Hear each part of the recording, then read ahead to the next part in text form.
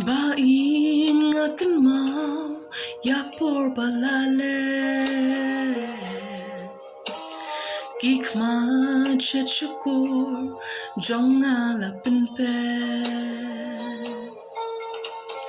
Kular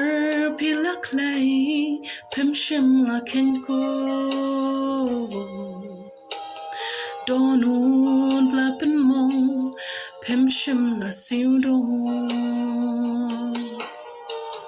Bait ngam la klen ki umat belajar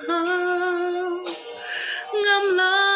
ruben pen jing ibla temra gom no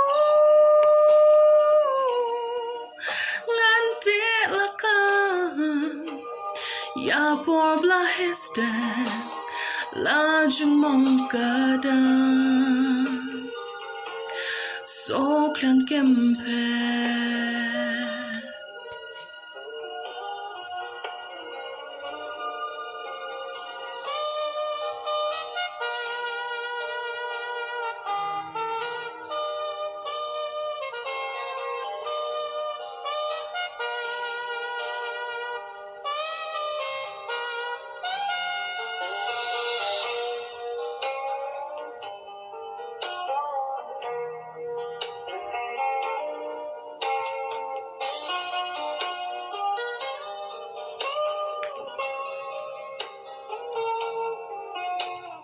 Umshing dumba be yaski baperna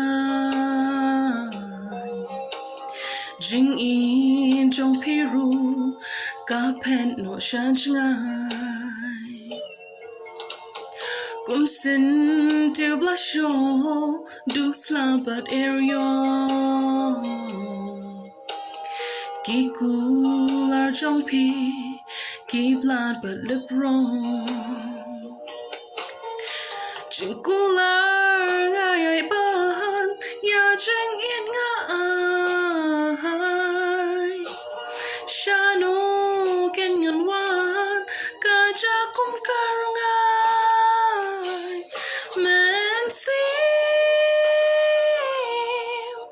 balapin mo Mano ban sirpay Bait nga abdong Lan open one pie